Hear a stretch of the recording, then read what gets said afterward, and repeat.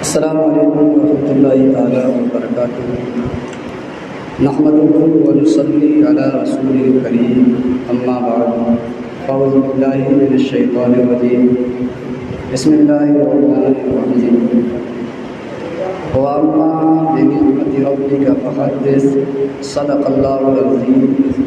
وَبَلَّغَنَا رَسُولُهُ النَّبِيُّ الْأَمِينُ الْكَرِيمُ، وَنَحْنُ عَلَىٰ ذَلِكَ لَمِنَ الشَّاهِدِينَ وَالشَّاكِرِينَ، والحمد للہ رب العالمین۔ محترم معزز سامعین کرام، سب سے پہلے حضور نبی کریم علیہ الصلاۃ والتسلیم کی بارگاہ میں درود پاک کا نذرانہ عقیدت پیش کریں۔ بڑے بابا بلند اللہم محمد صلی اللہ علیہ وسلم محمد صلی اللہ علیہ وسلم صلی اللہ تعالی علیہ وسلم۔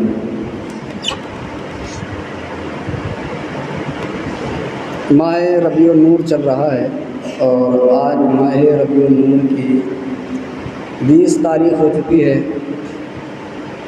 اس ماہ مبارک میں ہم نے حضور نبی کریم علیہ الصلاۃ والتسلیم کے فضائل و کمالات، آپ کی سیرت، آپ کی زندگی سے فیوز و برکات حاصل کی۔ ساتھ ہی اسی مہینے میں سیدنا سرکار صابر پاک کلیری رضی اللہ تعالیٰ عنہ کا ذکر بھی سماعت کیا۔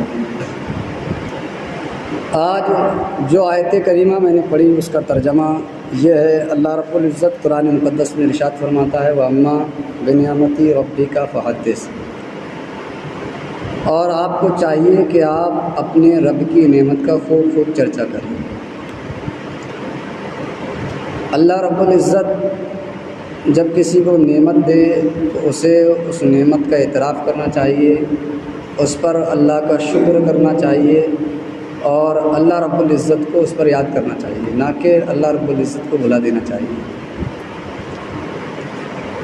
یہ آیت کریمہ نازل ہوئی، حضور سے خطاب فرما گیا، آپ وَأَمَّا بِنِعْمَةِ رَبِّكَ، اپنے رب کی نعمت کا خوب خوب چرچا کرو۔ ہم انسان ہیں، حیوان ناطق ہیں۔ تمام مخلوق میں سب سے افضل مخلوق جو ہے وہ انسان ہے۔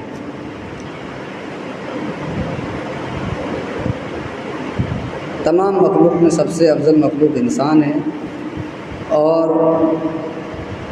پھر ان انسانوں میں سب سے افضل حضور نبی کریم علیہ الصلاۃ والتسلیم کی امت ہے۔ تو یہ ہماری خوش نصیبی ہے کہ اللہ رب العزت نے ہمیں انسان بنایا، مسلمان بنایا، حضور کی امت میں پیدا فرمایا۔ ورنہ نبی جو ہے، انبیاء کرام اس بات کی التجائیں کرتے رہے کہ ہمیں حضور کی امت میں پیدا فرما دیا جائے اور ہم حضور کے امتی ہوں، حضور کی غلامی کرنے کا شرف ہمیں حاصل ہو جائے۔ لیکن اللہ رب العزت نے یہ مقدس شرف، یہ متبرک بات ہماری قسمت میں لکھی اور ہمیں حضور نبی کریم علیہ الصلاۃ والتسلیم کی امت میں پیدا فرمایا۔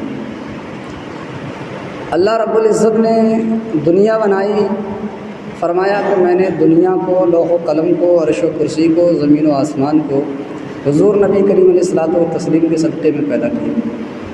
حدیث پاک میں اللہ فرماتا ہے، اگر میں محمد عربی کو پیدا کرنا میرا مقصود نہ ہوتا تو میں نہ زمین کو پیدا کرتا، نہ آسمان کو پیدا کرتا، نہ سورج کو پیدا کرتا، نہ چاند کو پیدا کرتا، نہ کسی انسان کو پیدا کرتا، نہ آدم، نہ موسیٰ، نہ عیسیٰ، نہ حوا، نہ مریم، کسی کو بھی میں پیدا نہ کرتا۔ میں نے ان تمام کو پیدا کیا ہے تو مصطفیٰ جان رحمت صلی اللہ تعالیٰ علیہ وسلم کی جلوہ گری اور ان کی شان الوہیت کو دکھانے کے لیے پیدا کیا۔ اور تمام چیزیں اللہ رب العزت نے حضور نبی کریم علیہ الصلاۃ والتسلیم کے صدقے پیدا کی۔ انبیاء کو جو بھیجا گیا، اس لیے بھیجا گیا کہ انبیاء لوگوں کو راہ راست دکھائیں، راہ درست راستہ دکھائیں اور اس کی دعوت لوگوں کو دیں۔ انبیاء کرام دنیا میں تشریف لائے، 1,24,000 یا کم و بیش 2,24,000 انبیاء کرام دنیا میں تشریف لائے۔ تمام نے، سب کے سبھی نے اپنے کام کو بخوبی انجام دیا۔ سب نے دین کی تبلیغ کی، دین کی دعوت دی اور اپنے دین کے، اپنے مذہب کے پرچے کو بلند کرنا چاہا۔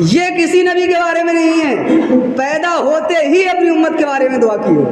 یہ نبی کریم علیہ الصلوۃ والتسلیم کا ہم پر کرم ہے، پیدا ہوتے ہی سب سے پہلی دعا جو ہے حضور نبی کریم علیہ الصلوۃ والتسلیم نے یہ کی کہ مولا تعالیٰ میری امت کو بخش۔ اب قوم لوط رہی، حضرت نوح رہے، حضرت موسیٰ رہے، حضرت عیسیٰ رہے، حضرت صالح رہے، جو بھی قومیں رہیں انہوں نے نافرمانی کی تو انہیں ہلاک کر دیا گیا۔ اللہ رب العزت کے نبیوں نے ان کے لیے دعا ہلاکت کی، انہیں ہلاک کر دیا گیا۔ لیکن مصطفیٰ جان رحمت صلی اللہ تعالیٰ علیہ وسلم جب مکہ شریف میں ایک بستی کی جانب تبلیغ کرنے کے لیے، دعوت دینے کے لیے تشریف لے گئے تو ان لوگوں نے آپ پر پتھر برسائے، یہاں تک کہ حضور کے نالین شریف میں خون بھر گیا تھا۔ پتھر برسائے تھے، آپ کو ایذا پہنچائی تھی تو خون نکل کر کے نالین شریف میں بھر گیا تھا، جوتوں میں۔ جنگ خیبر کے موقع پر حضور کو اتنا ستایا گیا، جنگ خیبر نہیں، جنگ احد کا واقعہ ہے، حضور کا دندان مبارک بھی شہید ہو گئے، صحابہ کرام میں یہ بھی افواہ اڑ گئی کہ حضور کو شہید کر دیا گیا۔ اس وقت حضرت عائشہ نے پوچھا تھا حضور آپ کو کیا اس سے زیادہ بھی کبھی تکلیف پہنچی ہے؟ تو حضور نے کہا ہاں اس سے زیادہ بھی مجھے تکلیف پہنچی ہے۔ اس سے زیادہ تکلیف جب پہنچی تھی جب میں اپنی قوم کو دعوت اور تبلیغ کرنے کے لیے گیا تھا، دین کا درست راستہ بتانے کے لیے گیا تھا، تب انہوں نے میرے اوپر پتھر برسائے تھے۔ حضرت صالح نے دعائے ہلاکت کر دی تھی، حضرت نوح نے دعائے ہلاکت کی، طوفان نوح آ گیا، غرق کر دیا۔ جبریل امی حاضر ہوئے تھے جس بستی کے درمیان حضرت حضور نبی کریم علیہ الصلوۃ والتسلیم پر پتھر برسائے گئے، دو پہاڑوں کے درمیان تھی، دو پہاڑوں کے درمیان۔ حضرت جبریل نے کہا حضور اگر آپ چاہیں آپ زبان سے صرف دو الفاظ نکال لیں، میں ان دونوں پہاڑیوں کو ملا دوں گا، ان پہاڑیوں کا، ان بستیوں کا نام و نشان تک مٹ جائے گا، یہاں ان کی کوئی نسل تک باقی نہیں رہے گی۔ تو حضور نبی کریم علیہ الصلوۃ والتسلیم نے ان کے لیے دعائے ہلاکت نہیں کی اور کہا مجھے امید ہے یہیں سے میری امت کا، میرے دین کا پرچم بلند ہوگا۔ یہی وجہ ہے کہ حضور نبی کریم علیہ الصلوۃ والتسلیم نے ہر موقع پر اپنی امت کا خیال رکھا۔ قیامت کے دن جب امتوں کو جمع کیا جائے گا، اول سے لے کر آخر تک، حضرت آدم سے لے کر حضرت عیسیٰ علیہ الصلوۃ والسلام تک، تو اس وقت یہ ماحول ہوگا کہ 120 صفیں لگائی جائیں گی، 120 صفیں اولین و آخرین کی۔ حضرت نوح کی عمر جو ہے وہ ہوئی 950 سال، کسی کی 500 سال، کسی کی 300 سال، لیکن حضور کی جو عمر ظاہری ہوئی ہے وہ 63 سال ہوئی ہے۔ 63 سال میں بھی 40 سال کے بعد آپ نے اعلان نبوت کیا ہے، اس میں بھی 10 سال جب مکہ شریف میں رہے، کسی حدیث میں 10 کا ہے، کسی میں 13 کا ذکر ہے، کسی میں 15 کا ذکر ہے، 10 سال کے زیادہ مشہور ہے۔ 10 سال مکہ شریف میں رہے تو وہاں خفیہ طور پر دین کی دعوت دی گئی۔ مدینہ شریف میں جو 13 سال رہے، صرف وہی جو ہے اعلان نبوت کے بعد کھلم کھلا دین کی تبلیغ، دین کی دعوت اور لوگوں کو مذہب اسلام کا درست راستہ بتایا گیا۔ تو وہ نبی جنہوں نے 900 سال، 500 سال، 300 سال دعوت و تبلیغ کی ہوگی تو ان کی امت کا یہ عالم ہوگا۔ 1 لاکھ یا 2,40,000 انبیاء کرام میں سب کی ملا کر کے 40 صفیں ہوں گی، اور تنے تنہا امت محمدیہ کی 80 صفیں قیامت کے میدان میں امت محمدیہ کی ہوں گی۔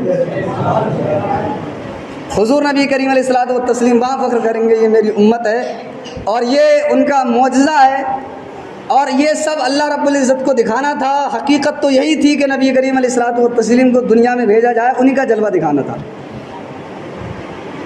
کیونکہ جو چیز دیر سے آتی ہے، جس چیز اس کی قدر جو ہے معلوم ہوتی ہے اور اس کی منزلت ہمیں معلوم ہوتی ہے۔ اللہ رب العزت نے اسی وجہ سے حضور کو سب سے آخر میں بھیجا، اور اس لیے بھی آخر میں بھیجا تاکہ حضرت اسماعیل کو بھی ذبیح اللہ ہونے کا شرف حاصل ہو جائے، حضرت موسیٰ کو بھی کلیم اللہ ہونے کا شرف حاصل ہو جائے۔ حضرت اسماعیل علیہ الصلوۃ والتسلیم کی گردن پر چھری پتہ ہے کیوں نہیں چلی تھی؟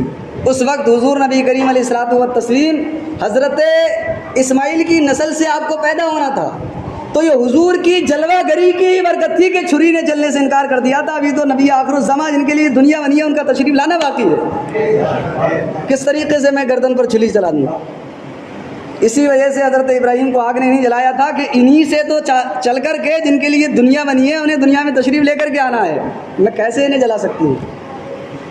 تو حضور نبی کریم علیہ الصلوۃ والتسلیم کے بارے میں آپ پیدا ہوئے تو آپ نے جو ہے امت کے لیے دعا کی، کہیں معراج پر گئے تو امت کے لیے دعا کی، سفر میں رہے تو امت کے لیے دعا کی، حضر میں گئے تو امت کے لیے دعا کی، شب قدر ہوئی تو امت کے لیے دعا کی، شب برات ہوئی تب امت کے لیے دعا کی۔ ہر موقع پر حضور نبی کریم علیہ الصلوۃ والتسلیم نے اپنی امت کو نہیں چھوڑا۔ یہاں تک کہ شب معراج میں جب حضور نبی کریم علیہ الصلوۃ والتسلیم کو حضرت جبریل امین براق لے کر کے حاضر خدمت ہوئے، 70,000 ملائکہ کا جو ہے وہ ہجوم موجود تھا، ہر طرف خوشیاں تھیں، ہر طرف دھوم دھام مچی ہوئی تھی، لوگ خوشیاں منا رہے تھے، تو حضور نبی کریم علیہ الصلوۃ والتسلیم وہاں اشک بار تھے۔ حضرت جبریل امین نے کہا حضور کیا مجھ سے کوئی گستاخی ہو گئی ہے کیا، یا کوئی اور معاملہ ہے؟ سب خوشی کا ماحول ہے، ملائکہ آپ کا سواگت کر رہے ہیں اور آپ کے لیے جو ہے آسمان سجا دیے گئے ہیں، اللہ رب العزت آپ کی ملاقات کو بےتاب ہے، اللہ رب العزت آپ سے ملاقات کرنا چاہتا ہے، آپ یہاں اشکبار ہیں، کیا معاملہ ہے؟ وہاں پر بھی حضور نبی کریم علیہ الصلوۃ والتسلیم نے کہا یہ سب کچھ میرے لیے ہے، مجھے اس پر خوشی ہے، لیکن میں غمگین اس لیے ہوں، اشکبار اس لیے ہوں کہ قیامت کے دن میری امت کیسے پریشانیاں جھیلے گی۔ حضور نے کہا میں تب جا کر کے براق پر سوار ہوں گا اللہ رب العزت جب تک کہ میری امت کو نہ بخش دے۔ جبریل امین نے اللہ رب العزت کی بارگاہ میں عریضہ پیش کیا تو اللہ رب العزت نے کہا حضور کو مژدہ سنا دو کہ میں نے ان کی امت کے لیے پل صراط کا راستہ آسان کر دیا ہے۔ تو ہر موقع پر حضور نبی کریم علیہ الصلوۃ والتسلیم نے اپنی امت کا خاص خیال رکھا۔ قیامت کے دن بھی جب حدیث پاک ہے، شرح العقائد کتاب کا نام ہے، اس میں یہ حدیث پاک ہے، بڑے بڑے کبیرہ گناہ والے امتی جب جنت دوزخ میں جا چکے ہوں گے، جہنم میں جا چکے ہوں گے، تو حضور نبی کریم علیہ الصلوۃ والتسلیم دوزخ میں جا کر کے انہیں نکال کر کے لے کر کے آئیں گے اور جنت میں ان کا داخلہ فرمائیں گے۔ تو حضور نبی کریم علیہ الصلوۃ والتسلیم نے پوری زندگی یہی دعا کی، یہی التجا کی کہ اللہ رب العزت کیسے ہی میری امت کو بخش دے، میری امت کو میرے حوالے کر دے۔ یہاں تک کہ میں نے ایک حدیث میں یہ بھی پڑھا کہ حضور تو اللہ نے فرمایا کہ انبیاء کرام زندہ ہیں، قبر کی مٹی جو ہے اس کو انبیاء کا کھانا حرام کر دیا گیا ہے، وہ انبیاء کو قبر کی مٹی نہیں سڑاتی گلاتی ہے، بلکہ وہ تو زندہ ہیں، انہیں قبروں میں رزق دیا جاتا ہے۔ تو ایک صحابی رسول نے جب حضور نبی کریم علیہ الصلوۃ والتسلیم کو آپ کی قبر مبارک میں رکھا تھا تو فرماتے ہیں تب بھی حضور کی زبان پر یہی جاری تھا، ربی حبلی امتی، اے رب میری امت کو میرے حوالے کر دے، میری امت کو بخش دے۔ اب اس بات پر آؤ، کوئی ایک احسان میرے اوپر کر دیتا ہے تو اس کا دباؤ پوری زندگی میرے اوپر رہتا ہے۔ 100 روپے کوئی پریشانی کے عالم میں مجھے دے دیتا ہے تو وہ اگرچہ میرا بیٹا ہاسپٹل میں تھا، 10,000 روپے دے آیا، مجھے 10 مہینے کے بعد اسے دینا بھی ہے، لیکن 10 مہینے تک وہ آنکھیں چڑھا کر کے بات کرتا ہے، اس کا دباؤ میرے اوپر پریشر بندہ رہتا ہے۔ کسی نے مجھے رات کی تاریکی میں پیدل جا رہا تھا، اس کے پاس گاڑی تھی، بٹھا لیا تو اگلی بار وہ سینہ تان کر کے کھڑا ہو جاتا ہے، یہ آئے گا، یہ مجھے بٹھائے گا کیسے نہیں، پہلے میں اس کے کام میں آ چکا ہوں۔ یہ دنیا کا ماحول ہے۔ تو جو ایک احسان کر دے، جو ایک اچھائی ہمارے ساتھ کر دے، ایک بھلائی ہمارے ساتھ کر دے، تو وہ فخر کے ساتھ اپنا احسان جتاتا ہے اور ہمیں اس کا احسان قبول کرنا پڑتا ہے۔ تو تم یہ بتاؤ تمہاری زندگی بھی جس کے سبب بنی ہے وہ حضور نبی کریم علیہ الصلوۃ والتسلیم کی ذات ہے، آپ کی ذات مبارکہ ہے۔ قیامت کے دن بھی اگر تمہیں پریشانیوں سے نجات ملے گی تو حضور کے صدقے میں ملے گی۔ تو تم نے ان کے ساتھ وفاداری کی ہے کہ نہیں؟ تو ماننا پڑے گا کہ ہم حضور کے ساتھ وفاداری نہیں کر رہے ہیں۔ حضور نے فرمایا الصلاۃ قرۃ عینی، نماز میری آنکھوں کی ٹھنڈک ہے، نماز میری آنکھوں کی ٹھنڈک ہے۔ اگر کوئی نماز کو چھوڑتا ہے تو مجھے تکلیف پہنچاتا ہے، ایذا پہنچاتا ہے۔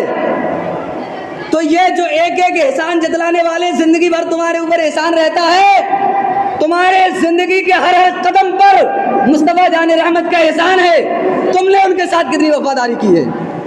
زور میں دیکھا جائے، عصر میں دیکھا جائے، مغرب میں دیکھا جائے، شام میں دیکھا جائے، صاحب 5 لوگ سے زیادہ کی جماعت یہاں مسجد میں نہیں ملتی ہے۔ یہ ہمارے لیے شرم کی بات ہے، بے غیرتی کی بات ہے، حیا کی بات ہے۔ کوئی ڈاکٹر اگر